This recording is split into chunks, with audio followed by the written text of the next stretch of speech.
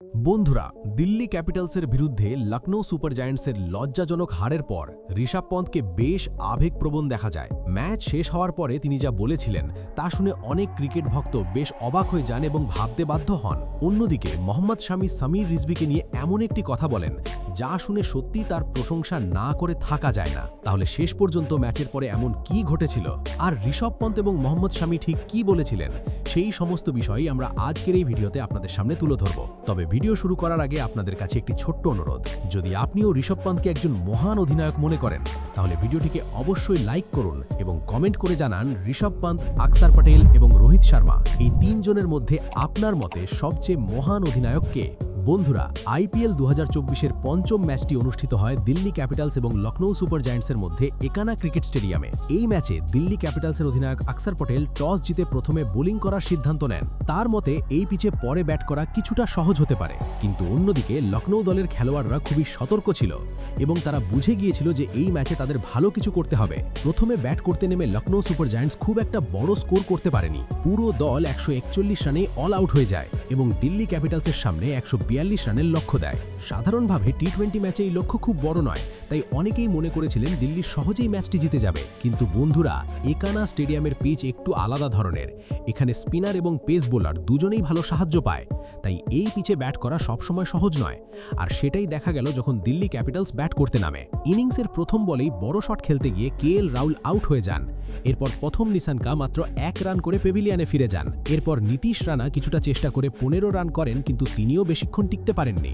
আর দলের অধিনায়ক আকসার প্যাটেল তো প্রথম বলেই নিজের উইকেট হারিয়ে ফেলেন। ফলে খুব অল্প সময়ের মধ্যেই দিল্লি ক্যাপিটালস বড় সমস্যায় পড়ে যায়। মাত্র 26 রানের মধ্যেই তারা 4টি গুরুত্বপূর্ণ উইকেট হারিয়ে ফেলে। সেই সময় মনে হচ্ছিল ম্যাচটি পুরোপুরি লখনৌ সুপার জায়ান্টসের দিকেই চলে যাচ্ছে। দর্শকরাও ভাবতে শুরু করেছিলেন যে হয়তো এই ম্যাচে লখনৌ সহজেই জিতে যাবে।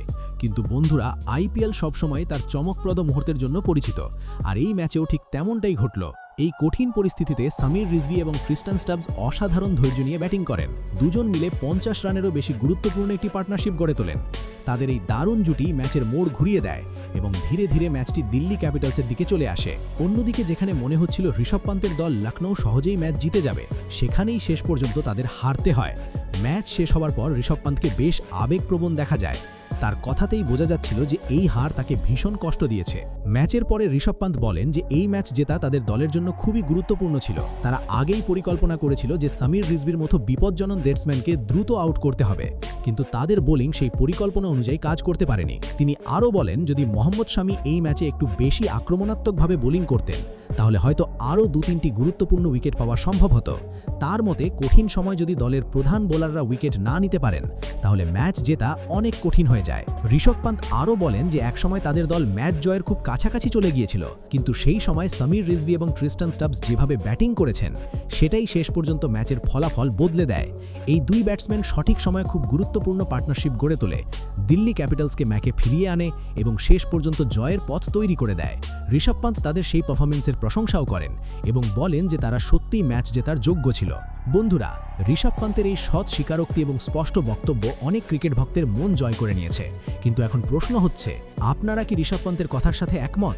আপনারাও কি মনে করেন যে সামির রিজভি এবং ক্রিস্টান স্টাবসের পার্টনারশিপে ম্যাচের সবচেয়ে বড় টার্নিং পয়েন্ট ছিল? অবশ্যই কমেন্ট করে আপনার মতামত জানাতে ভুলবেন না।